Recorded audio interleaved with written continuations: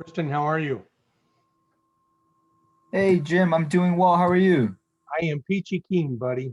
Peachy keen. That is great, great to hear. And it's Friday, so I'm sure the mood is definitely in the air. Yeah, TGIF, right? Absolutely, yes. Yes, sir. So, where are you located? So I currently reside in Arlington, Virginia, so right outside of Washington, D.C. Okay, fantastic. And remind me, how did we connect? Through Charles Seaman. So Oh, okay. All yeah, right. yeah, yeah. So Dr. Lawrence, actually introduced me to Charles, and then Charles definitely recommended that I connect with you as well. So how do you know Mike? Through another mentor of mine, Amanda Dearborn. So I'm not exactly sure how they're connected, but they're both in multifamily real estate investing. So I presume they're in like a mastermind together or something. Okay. So I don't think I know. You said Amanda Lauren? Dearborn? Oh, Dearborn. No, I is she also from Virginia? No, so she currently lives in Boston, Massachusetts. And are you part of like, is she a mentor or a coach from a program, or That's correct. Yes. which one? Michael Blank, Rod Cleef, Ari Mentor? So I'm in one called Multifamily Mindset. It's with an individual whose name is Tyler Devereaux. I have heard of Tyler. I don't know him, I don't think personally. Mhm. But so how long have you been in that program? So I've been in the program for about 2.5 months now. It's like mid December. And how's it going so far? It's going well. I think they have a pretty good structured program, and individuals are always willing to help. The learning curve is definitely it's pretty steep, right? But a big part of it is not just the knowledge, right? Like being able to network, and I think they've set up a pretty good program with great resources, great network. So it's been going well. It's been going well. And so have you been attending Charles's Saturday um, underwriting sessions? So this actually tomorrow is going to be my first one. So he actually just sent the links over this earlier this week. So I know he holds them either weekly or bi-weekly, but I do plan on attending them. Yeah, he does. He does it weekly. Uh, Yeah. so, what kind of training or resources has the multifamily mindset group provided for you? So it's I've seen Michael Blanc's trainings as well. It's a pretty similar structure to that. So like trying to take you from step A. I don't like to say step by step guides, but Hmm. trying to basically teach you the basics to get involved in the game, and like building up your team and whatnot.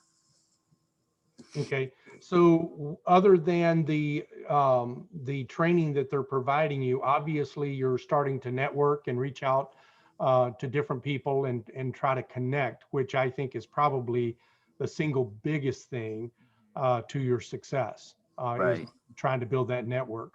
But are there other things? I mean, are there podcasts that you're listening to, meetups that you're going to, virtual meetups? Yeah. So I I listen to Joe Fairless's podcast on a daily basis, and then I'm sure you probably know Whitney Sewell. Hmm. Pretty involved with Dr. Lawrence, but listen to his podcast every day as well. Um, and as far as meetup groups go, yeah, I'm part of a couple through Facebook where I kind of just I'll pick up on different cues and then try to network with individuals. But the mastermind that I'm a part of, they usually have like bi-weekly like meetings to talk about different topics, whether it's like due diligence or like 506Bs and whatnot. So definitely trying to pick up as much as I can from various resources and individuals, right? Because success leaves clues. But I'm also very cautious about not getting caught in analysis paralysis. So I do data analytics in my work now, and I think doing that has definitely brought that to light. I think we always try to think I'll take the first step once I know enough, but Right. knowing enough never really comes. And so I'm definitely trying to move towards actual action. Okay. So I apologize. Which city in Virginia did you say you're at? I am in Arlington, Virginia. Arlington. And what is your day job? So I work for a company called Deloitte. I do Okay. management consulting. Part of the Deloitte and Touche organization? You are correct, sir. Yes. So are you an underwriter there or specific, what's your specific title? Yeah. So I'm specifically in the healthcare sector, and I do data analytics, strategy work, data visualization, like go-to-market strategies, and that. Okay. And how has that helped you in the apartment space? Yeah, I think one of the biggest skills that I've taken from that is just being able to deal with like senior leaders within the firm and also outside of the organization. So like if you have to deal with the head of, let's say like a pharmaceutical company, you're in the room with them. So it kind of helps with those tangible and intangible skills. So that's really helped with like talking to brokers and property management companies and other investors as well.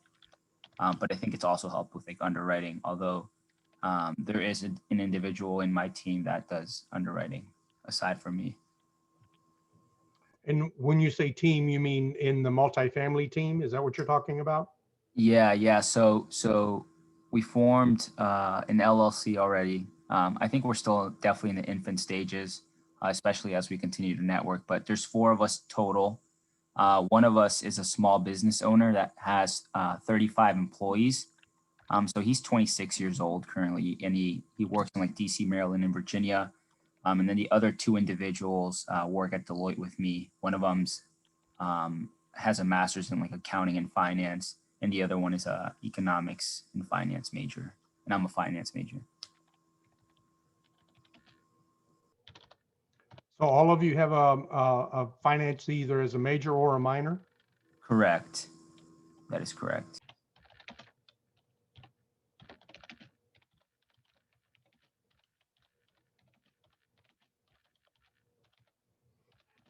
But the others, but you're the only underwriter. No, it's another individual on my team. But I think, I think we'll always want to cover our bases with that. Yeah. So there's somebody specifically on the team that's in charge of that. Okay. And the small business owner and the other 2 people that are on your team, how did you guys meet? So one of them has been a lifelong friend of mine from the Washington, D.C. metropolitan area. The other 2 individuals I met when I started at Deloitte about 1.5 years ago. Okay, so the small business owner is your lifelong friend. Correct. Okay. Correct. And did you grow up in Washington, in the DC area? Yes, that's correct. Yep. Okay.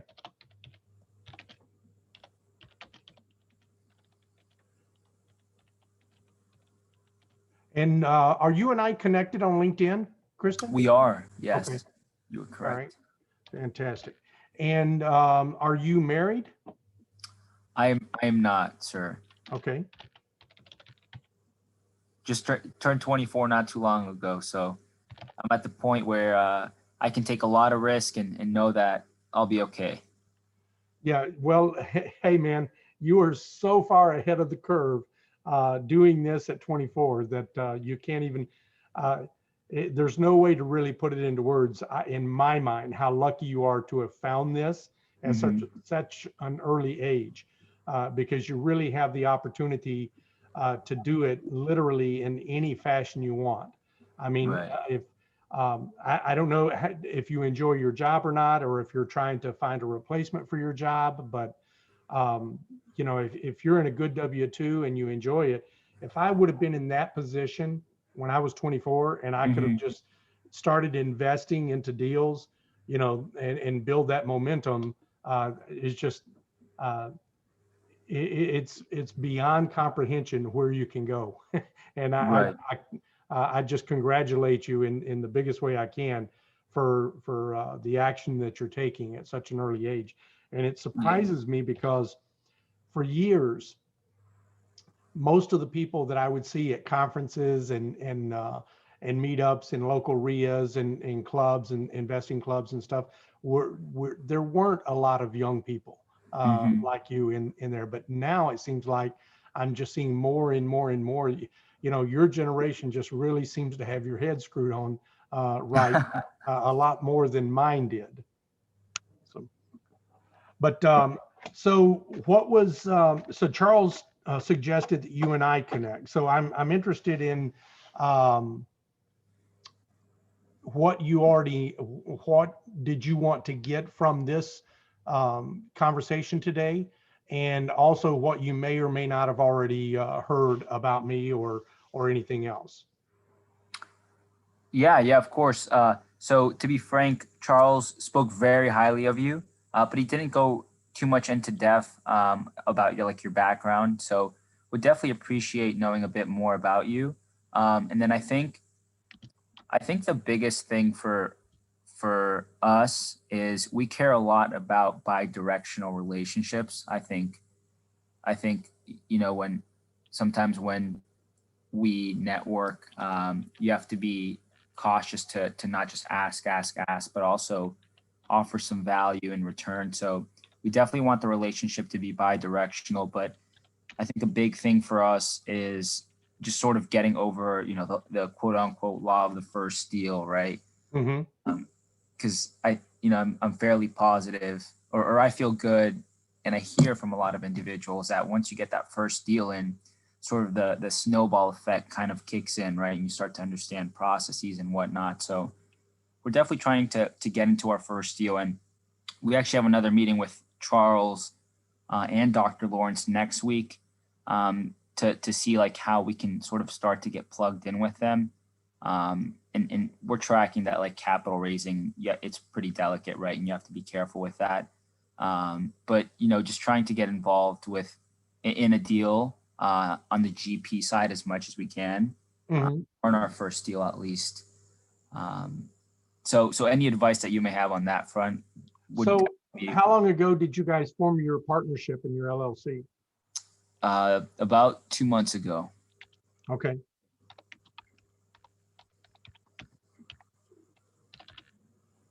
And of the people in the group, well, first off, your friend that has the small business, what kind of business does he have? So he has a hospitality business.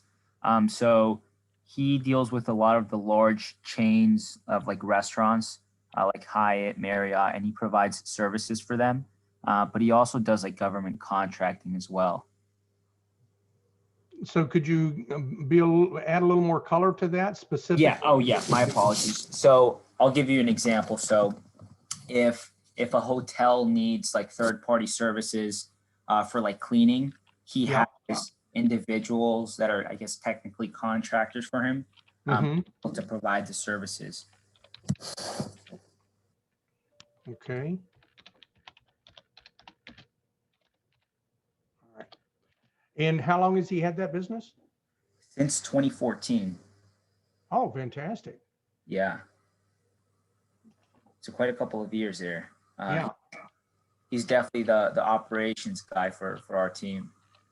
Well, that was my next question is kind of how do you guys see your different roles and how are you, have you defined lanes or, and I know that sometimes when you're first getting started, everybody kind of pulls on all of the different ropes that you need to be pulling on, but it's usually a pretty early process where you start to figure out where your strengths are and what you can add to the team.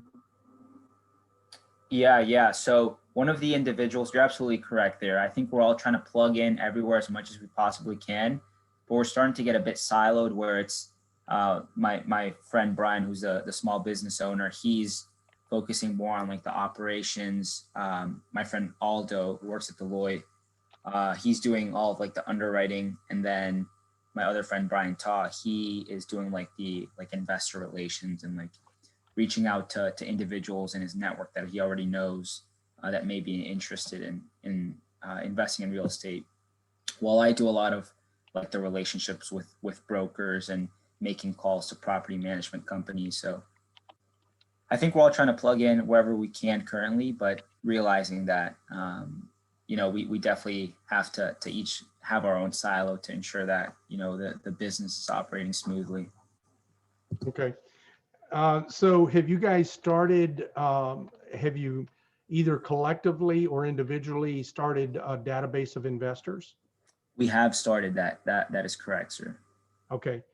So as far as recommendations on my part, I mean, raising capital is your easiest and fastest path into the GP.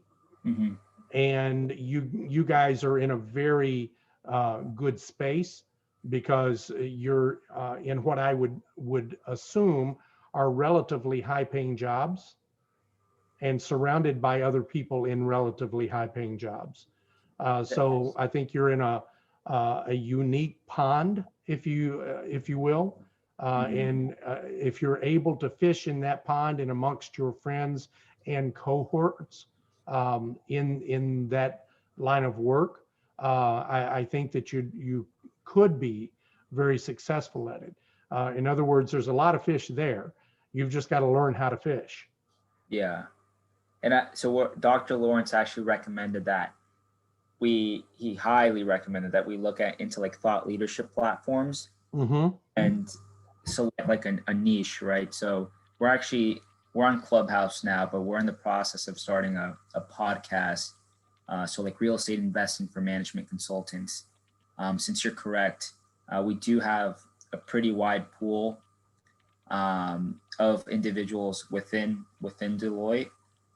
So as an example, I think the firm has like 200,000 employees, but on a daily basis, you'll probably interact with like 100 different individuals. So the platform's definitely there, or the pond, as you said. So I think that's definitely something that we're trying to target currently.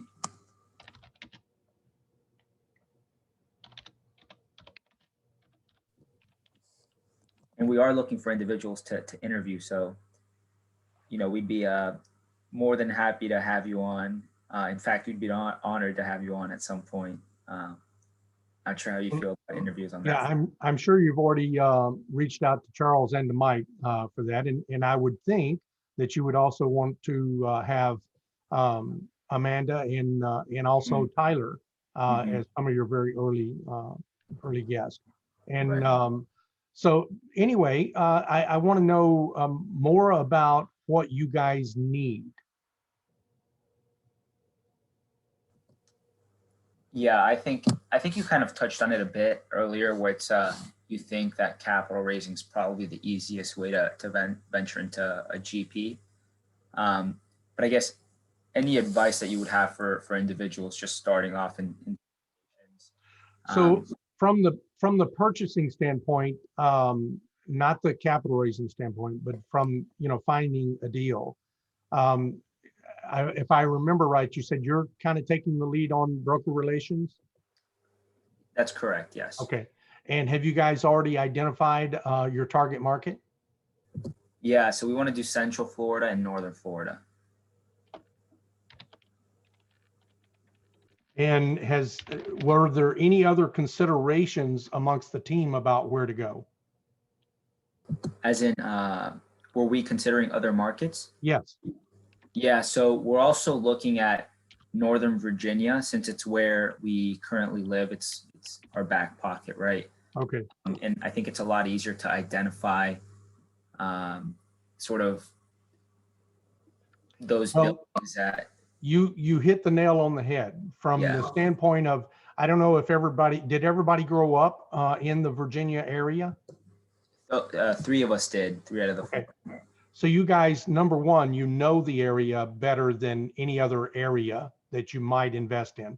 Number two, you already live there. Number three, this is a relationship business. Right. You have an inherent advantage from a relationship standpoint of investing in your backyard. It's much, much easier. So I'll give you an example. Um, if you have a relationship with a broker, the deeper that relationship is, the more likely you're going to get good deal flow. Mhm. And one of the things that I always recommend that, particularly in your home market, and even if it's not your home market, you can still use the strategy. It's just easier at home. You want to develop a relationship whereby you find someone that you connect with Mhm. on a emotional and intellectual basis, and Right. you can almost identify that the moment you walk into a room with someone. Mhm. And you can sometimes even identify that without even meeting them. Just looking at their LinkedIn profile, if I were to give you uh, 10 people on a page and they're all brokers, you would just instinctively pick and start ranking those people. And it's almost subconsciously. But when you start building those relationships, if you have one where you play golf with the broker, you go on double dates with the broker, you have a beer with them at the Mhm. at the pub. Those kind of relationships are very deep, meaningful relationships that you're really only able to build in your home market. Right. And trust me when I tell you that those relationships you'll get a lot more out of. Now, once you have a few deals, you'll have a different kind of relationship. So if you've done one or two or three deals in Florida, and they happen to be with the same broker, then you'll have a very deep work relationship with that individual. It may Mhm. not be the same kind of relationship that you have with the local broker, but you'll Mhm. still have a deep relationship. But that one's harder to build, and is built on very different foundations. Right. So I always recommend to people that no matter where you think your target market is, your primary residence should be either your number one or number two Mhm. market. And so that would be one of my key pieces of free information, if you will. And Right. you know what they say about free advice? What do they say? It's worth what you pay for it. That's But having said a that, good I'll one. still give you some free advice and you can decide what to do with it. But so that would be one of those things. I think that Mike is giving you very good advice in trying to create a thought leadership program. Have Mhm. you guys thought about creating a website and landing pages and click funnels and things like that? So we have set our website up. We haven't done any click funnels, but we are working on like direct mail campaigns. Although we know the hit rate on those, they might be a bit lower, but you know, I think it's a great way for us to start. Okay. I would most definitely say that having a podcast, and if you can find a really, really small niche Hmm. in the podcasting world, and within the real estate world, that will help you stand out. Right. If you can find something that's interesting, that no one else is really trying Hmm. or doing, and so that would be a key ingredient. Starting a YouTube channel, Hmm. it goes hand in hand with the podcast. Everything that you do on the podcast should obviously be, a recording of the video, of the audio, and hopefully also a text version of that same podcast, so that Hmm. you can segment. So every hour or every minute that you spend in a podcast or on a video, number one, every single call like this one should be recorded. Hmm. Every single call that you do, regardless of who it's with, regardless if it's real estate related or not, you should start getting in the habit of recording every call, Right. because you don't know what golden nugget is going to appear in whatever call you happen to be on.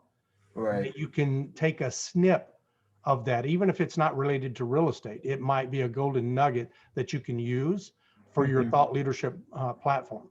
And Right. you can take that little 15-second piece and cut it out, and you can turn it into a video, into an audio, and into a text piece for a social media post. Okay. And so you don't want to duplicate efforts. So whenever you have a conversation like this one, and let's say that it goes on for half an hour or an hour, you want to be able to use that and create 5 or 6 hours worth of content. Right. And so if any of those things that you aren't already doing, I would start doing immediately. Perfect. And that's great advice. Thank you so much. Definitely did not think about that, but we're also looking at like blog posts, and like having like email snippets that we send out to individuals who are in our investor base list. But that's phenomenal advice. So thank you. And to your database, also, I'll say that you need to have, you need to come up with a flow chart of how you're going to interact with the people on your database. So what are the key pieces of information you need to know about those individuals, and how are you going to get it? So you need to not, you don't want to, I'm a very old school, seat of your pants, gut feeling type of investor, operator, and business person. And I'm going to tell you, it's not efficient, and it's not a good idea to be that person. So very early in your process, you want to do everything to lay the groundwork to not ever become that person, because whomever you become, it's going to be extremely difficult to move away from that. And the habits you create very early on will be foundational in your success. Right. So putting into words that information, that flow chart for your investor database, so that you ultimately know not only number one, you need to know name, email address, and phone number, right? Number two, are they an investor or not an investor? If they are an investor, so that's your first diversion in your flow chart, right? So if they are an investor, then your next question is, are they a real estate investor or a stock market investor or some other alternative investments? Right. So you need to know which of those or how many of those they are. And then that will guide your next question. So let's just say, for instance, they are a real estate investor. Then your next question is, which asset class? Are they in single family? Are they in notes? Are they in multifamily? Are they in self-storage? Okay. And let's say, for instance, they're in multifamily. So they're in multifamily. Do they prefer small assets or large assets? Let's say they prefer small assets. Do they prefer local or another market? And then moving on from that, do they prefer an A, B, or C class asset? Moving on from that, what returns are they targeting? So you can see how that flow chart will start to fill out, and it literally will give you a structure for every conversation that you have with investors. And each one of you can take that flow chart and sit down, if you've never done it before, and literally each one of you could have very similar success rates in dealing with investors. Okay, so as another example, in that very first question, are they an investor? That puts them into one funnel of your educational platform, let's say. But if they say no, they're not an investor, that's an entirely different place in your educational funnel. So very, very different conversations that you would start to have with those kind of people. And so that's one piece. The other piece is growing your database. So there's basically two different ways. One, go after real estate investors that everyone else is going after. And when you do that, you're fishing in the same pond that a lot of other people are fishing in. And I would argue that it's been fished a lot, and there's only 10 fish left, and there's probably 100 fishermen trying to catch those fish. But if you target a different pond that no one else is there, and there might be 100 fish and only you fishing in that pond, Now, those fish are going to need a lot more hand holding, a lot more education. But when you finally land them and start landing them, they'll start falling in line, jumping on the hook, so to speak, a lot faster, and they'll be a lot more loyal to you as opposed to the other pond. Right. So, so I would definitely, start down that path for sure. And what else can I give you? So in surrounding yourself with as many like-minded people as you possibly can.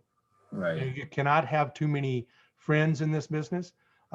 You'll also need to start find a place. And if the multifamily mindset is that place, you need to know, will Tyler sign on a deal with you? Will he partner? What does that look like? Will Amanda sign on a deal with you? Will she partner? Will she provide KP? Do they have agency debt experience? Are they investing in your backyard? What does that look like? Right. Will Charles, will Mike, so every relationship you have, you need to know what that relationship is going to bring you. Right. And you need to start filling out all of those pieces. You need to know if you're going to buy an apartment. Before you start looking for an apartment, you need to have an idea of where are you going to get the net worth to take down that apartment. And where are you going to get the liquidity to get that deal approved. Now, do you understand the difference between liquidity and capital as it relates to the multifamily, a multifamily deal? Yeah. So I guess liquidity would be like the loan guarantor has to have the liquidity. Correct. And so you'll not only need the liquidity and the net worth, but you'll also need a sponsor who has done deals before, because right now with agency debt, if they will literally demand that you have a sponsor who has done deals before and within the last 2 years, and that they've taken down at least 3 different properties within the last 2 years. And generally speaking, we'll want you to have professional third-party property management in the local market. And some of them, depending on the size of the deal and the experience on your team, may also demand that you have actual units in that locale. So if you were buying something in Florida, you or somebody on the team needs to already own things in Florida. Okay. Yeah. So so whatever you can do to build out all of those pieces, I would argue that you want to start doing that as soon as you possibly can. And one member of the team needs to, all of you need to, at this point, when you're very early in the process, all of you really are having to fill every position to some extent. And we'll talk about the underwriting as an example. 3 of you have finance degrees. There's absolutely no reason that all 3 of you could not be good at underwriting. Just with your background. Doesn't mean you'll all like it, but you all could be good at it. And you all need to be at least receptive to that idea, because when you find a deal and it's underwritten well, then you can all feel very confident in the deal. But if you don't know underwriting, if you don't know how to underwrite, if you don't understand the process, then you'll really always be depending on someone else to tell you it's a good deal. Yeah, absolutely. And so in the beginning, while you're all trying to do that, all of you have to at least get comfortable in the different roles, because even if you're a numbers geek hiding in a corner with the light turned off, pounding away at your keyboard, sooner or later, you're going to have an investor tap you on the shoulder and want to discuss the numbers. And of course, you're very comfortable in the numbers. What you're not comfortable with is speaking to the person. But you're not going to have a choice, because they're in your corner tapping you on the shoulder.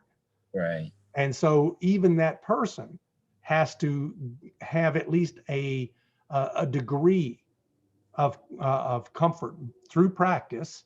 And it might just be role playing amongst the 4 of you, but you have to at least have a degree of comfort in all the different aspects. And one of the easiest ways to do that is to have a lot of conference calls. So when you have a call like this with me, have your other partners on the call so that even the ones that are not comfortable doing what you do can watch you do it and learn from that. Right. And I would also say that if you need to test what the multifamily mindset group is going to give you. Mm-hmm. And there are a lot of different platforms out there and that offer different things to different folks. Did Charles mention to you the GOB network? He did, yes. Okay. My guess was that he had, and that's why he pointed you in my direction. But I will tell you that I have a platform and that it's meant to help people, specifically people like you in your group, people that have not done a deal yet or have maybe started into a program, whether it's Rod Cleef, Michael Blank, Brad Sumrock, whomever, and are not getting the results they expected or not getting the return on investment that they feel is commensurate with how much they spent. My model is very different from those. It's built around a very, it's built upon a model that's prevalent in the tech industry, a freemium, crowd-sourced, hive mind, open source kind of platform. And so, we're looking for, typically we will offer to help anyone that wants help, but typically we're looking for go-givers. If you're a driven A personality, you do not need my platform. You will do very well in whatever platform you're in. So if that's you, you're going to have a lot of success in the multifamily mindset. And in most of these platforms, the vast majority of people do not do well. 80%, maybe even 90% of the people never get a deal done or drop out of the program after trying for 6 months, a year, even 2 years. But if you or someone on your team is that really driven personality, you guys will succeed, because quite honestly, you'll succeed no matter where you are. It's not, you didn't succeed because of the GOB network. You didn't succeed because of multifamily mindset or any other platform. Right. You were destined to succeed because you're going to keep trying until you do. If you don't find what you need from multifamily mindset, you'll go somewhere else and look for it. So you will succeed. But having said that, our platform is an open platform. We do not allow people on the platform that are not go-givers. And so if I'll tell you that you can be the kind of person who takes and doesn't give back, or takes more than they give back. And you can get on the platform because I don't have some kind of magic test to determine who you are. And I really don't care who you are. All I care about is who you are tomorrow.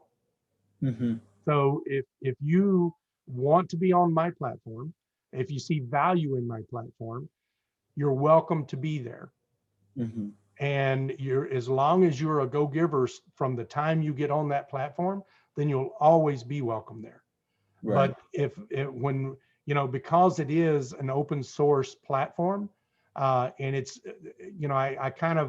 I explain it that we want to be very similar to like the Wikipedia model, but in real estate.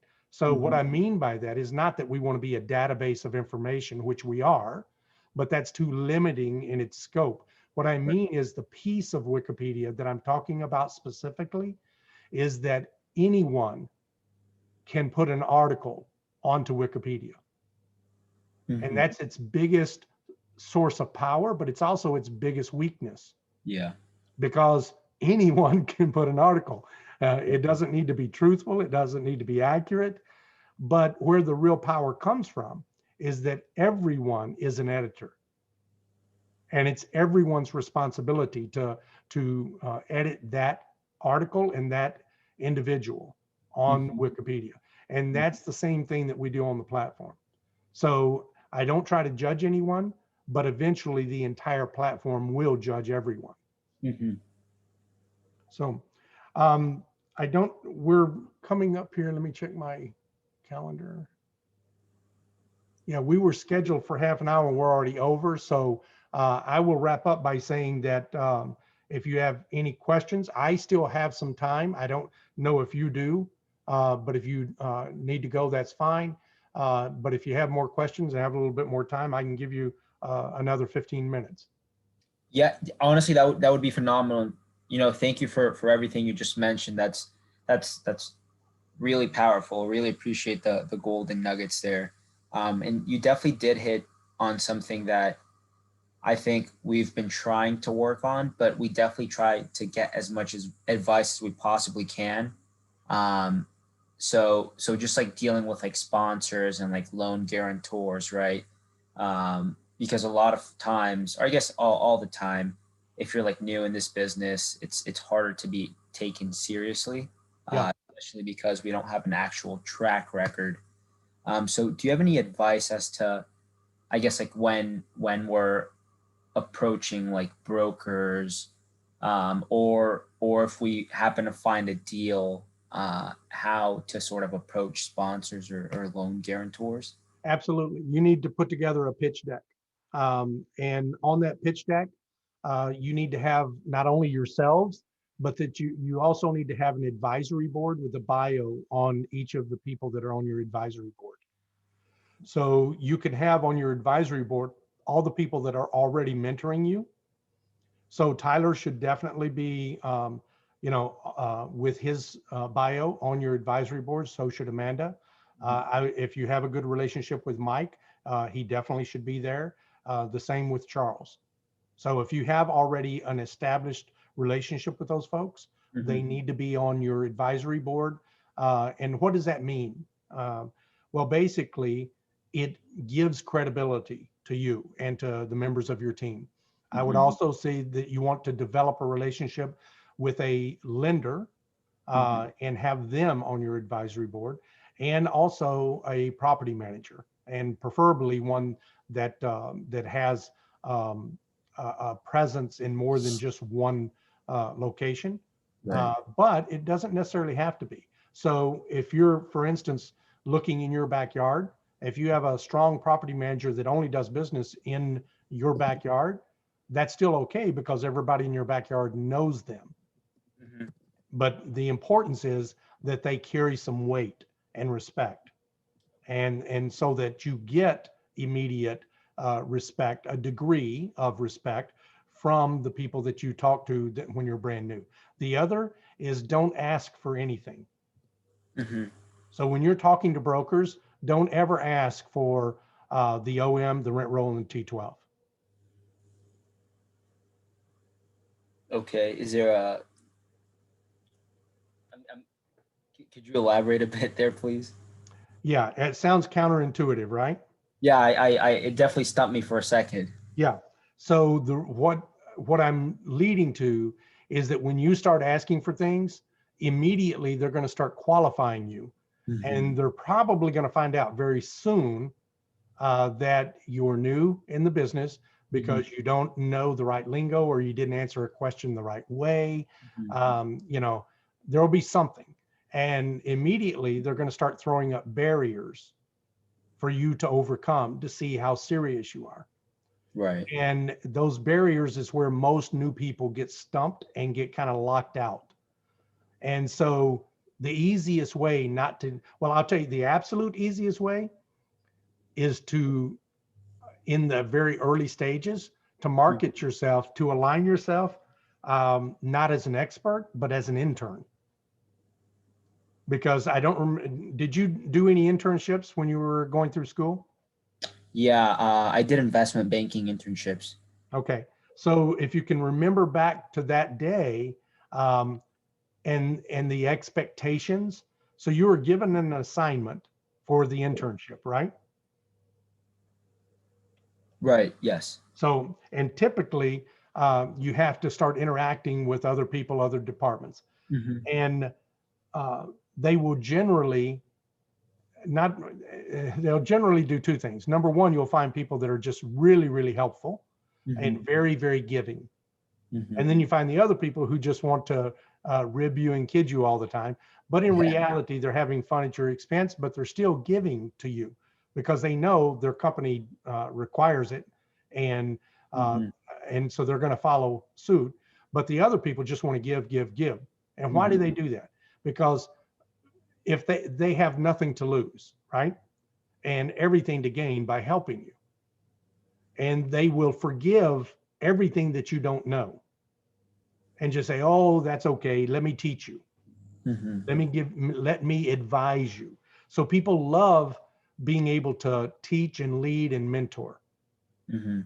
And you can put a broker in that same position by something as simple as a phone call that says, hey, Cristain, my name's Jim Biggs, and I'm with Jerome Enterprises. I'm interning with them this summer or this spring, whatever season we're in. And I'm interning right now in the acquisitions department, and they are expanding their market here in Virginia. They don't have any investments there yet.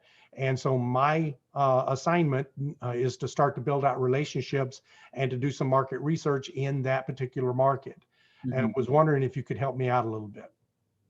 Right. And just give them the opportunity to help. Okay. And it takes all of the pressure off of you and puts it on someone else that's not on the call. And you can always, when you get a question that you don't know the answer to, say, you know what, that's a great question. I don't know. And it's not held against you. You're not looked at in a different light. They're not suddenly going to say, uh-oh, put on the brakes. This guy's not serious. He's inexperienced. I'm not doing business with him. He's wasting my time. And they're just then putting up all kinds of obstacles to try to get you off of the phone. Okay. So that's one of the ways that you can not ask for things, but instead allow them to give them to you. So when you end a call like that, and there's a lot of other little tidbits that I could give you about the way I would direct that conversation. But at the very end of that call, you end it with something along the lines of, and oh, by the way, Cristain, if there's any deals that you guys would like to get some additional feedback on, I was advised that our underwriting department is more than happy to give you feedback on some deals if you want to push them over. You didn't ask for a T12. You didn't ask for a rent roll. You didn't ask for an OM. You offered to give them value. You offered to give them a favor. Okay, so that's what I meant by not asking for those things. You're still asking for them. You're just doing it in a very backhanded way. Right. That's very non-threatening and takes all the pressure off of you. But that's not the only path. That's one that I in particular like. But if you can do it the other way, which is try to build that credibility right up front with your team of advisors. And that will help you. And you can lean on the team advisors the same way and say, we are inexperienced, but we've got a very strong team of advisors behind us that are helping us get our first deal. And they told us the very first thing we need to do is establish a good broker relationship. And so we're looking to build that relationship. Would you like to be that person? And again, without asking for the OM, T12 and rent roll, you're asking to build a relationship. You're just not doing it as an intern. Right. But for underwriting purposes, there's lots and lots and lots and lots and lots of ways to get rent rolls and T12s and OMs. You do not need to do it typically you'll have boutique brokerages and they will ask you for a proof of funds or they will try to get the NDA as some people are afraid to sign NDAs for fear that they may break one. Or they will start asking you in a very pointed, little uppity way about how many deals you've done or how many deals and things that can intimidate you and start the entire conversation off on the wrong foot. So you want to try to do whatever you can to overcome that early on. Right. And definitely knowing the lingo is a big part of that. And one of the easiest ways to learn the lingo is, number one, read a lot, Hmm. hang out in all the right places, and Right. Investopedia is your friend. Yeah, absolutely. Absolutely. Wow, that's great. That is great. To be frank, everything that you just mentioned, we've definitely been given guidance on how to approach certain situations, but what you just mentioned, I don't think I've ever heard that, and that's incredibly invaluable. Thank you so much. No problem, man. I love networking and meeting new investors and trying to add value and help them along, because I very clearly remember how hard it is. Yeah. And I'm reminded of it every day. And I would also say to you, unlike most people that you'll speak to in this business, I would advise you not to go after big deals. I Hmm. would advise you to start small. And I would say you may or may not necessarily want to go under $1 million, but I would definitely try to stay in that um, 10 unit range. And um, but I would gauge it really based upon the soft commitments from your database. Right. So if you've already got $100,000 of soft commitments in your Yeah. database, then I would be targeting deals that I could take down with that soft commitment. Yeah. And so, because you already know what your soft commitments are, I would Right. not be looking at a deal that required 1 million, Yeah. because then it puts you under all kinds of pressure to raise and to build out your network so much faster. Yeah. It's much easier to build it out where you are instead of where you want to be.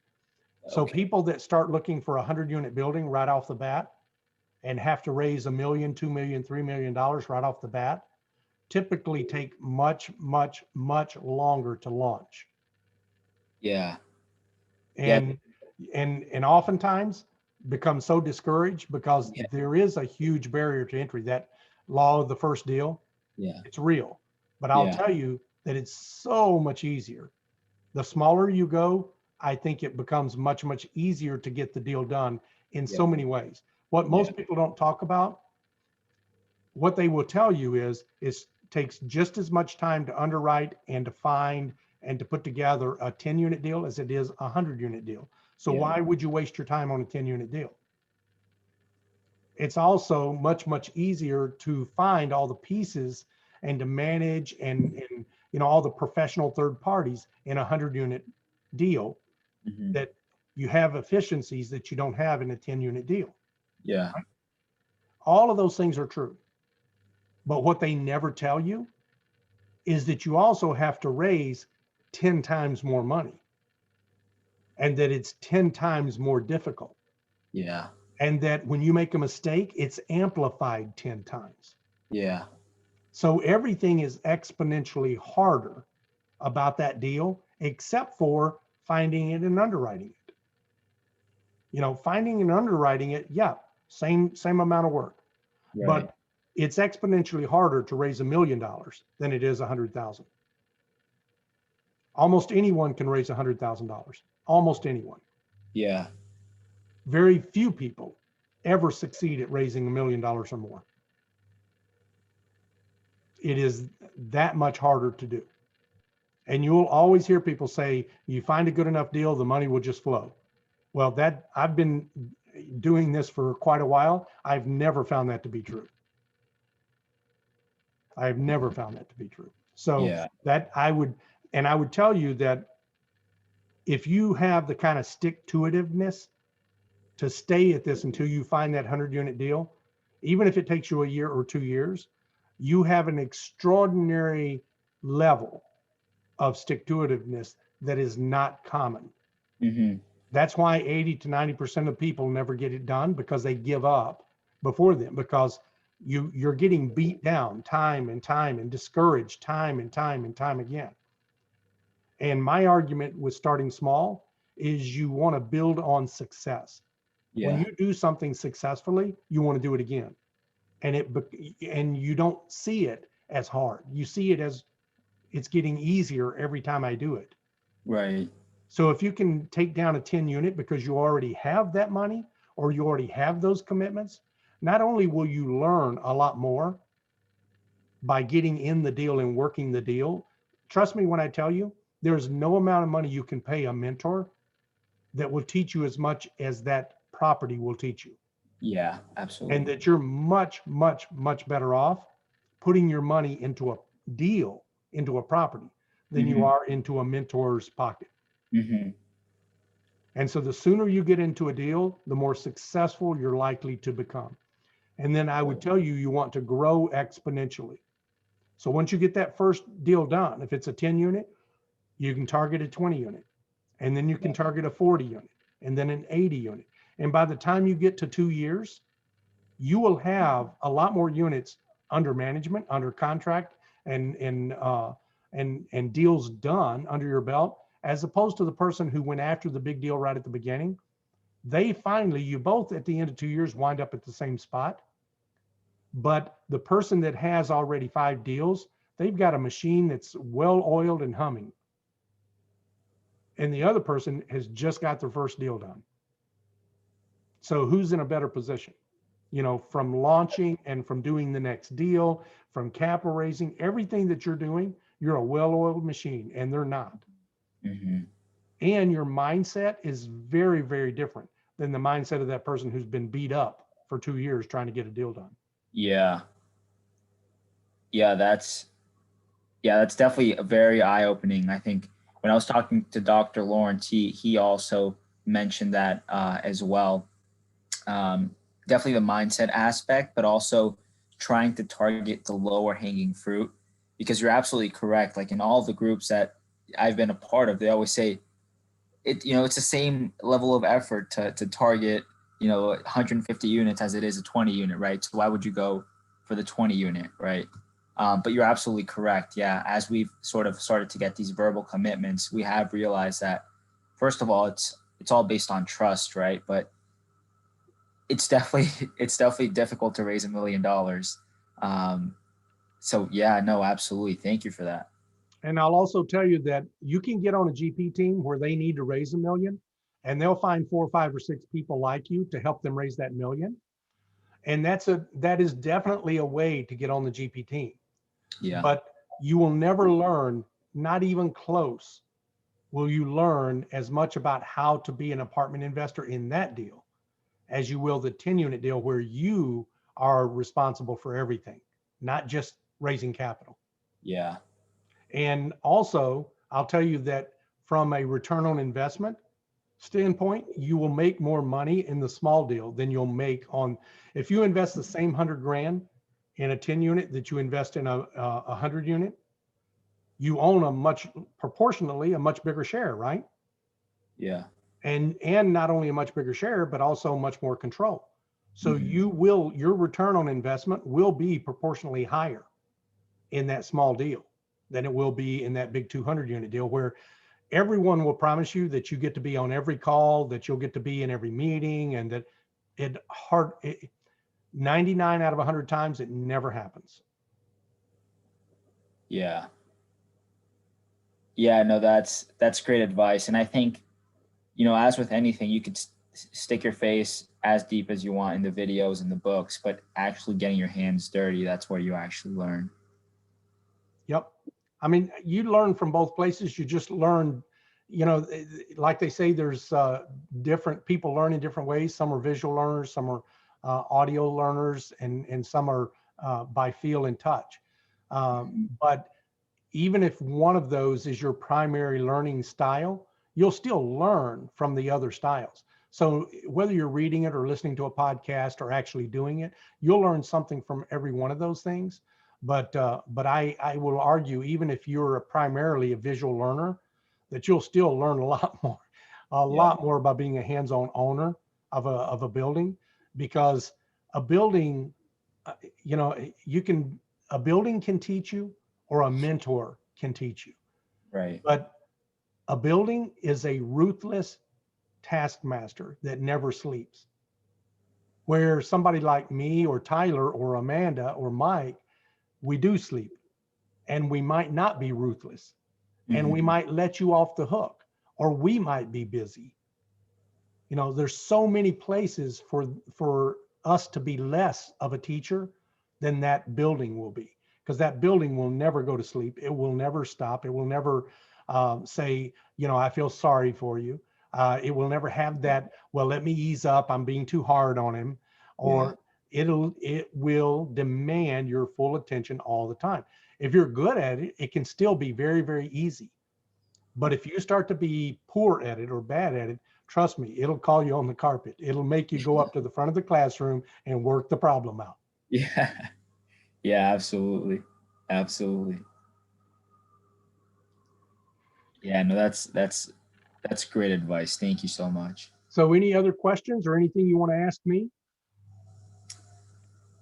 I don't think anything off the top of my head. I do wonder though, like when you decide, or have you ever worked with new or individuals that are new to this realm? And like, if you have, like, what do you look for to work for those individuals or with those individuals? Well, you know, people always ask you, what's your target market? And my answer is always, I don't have one. I invest in people. Wow. Because for me, the criteria is how hard that individual wants, how much they want to do this. Right. Everything else can be taught. Mm-hmm. You know, but you cannot put desire in someone's heart to do these things. You can't put the you know, willingness to suffer to reach their goal. You can't do those things. I mean, I guess you can, but that's the hardest thing to accomplish. Everything else is much easier to accomplish than that. And so my response is always, I invest in people. The other response to that is, my entire platform, the GOB network, is built on helping new investors that have never done this before. The entire platform is built around helping them find success. So yeah, I work with new investors every single day. You are part of what I do every day. That's great. That's great.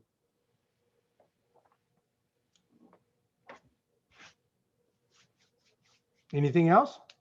I don't think so. And I really, really appreciate your time.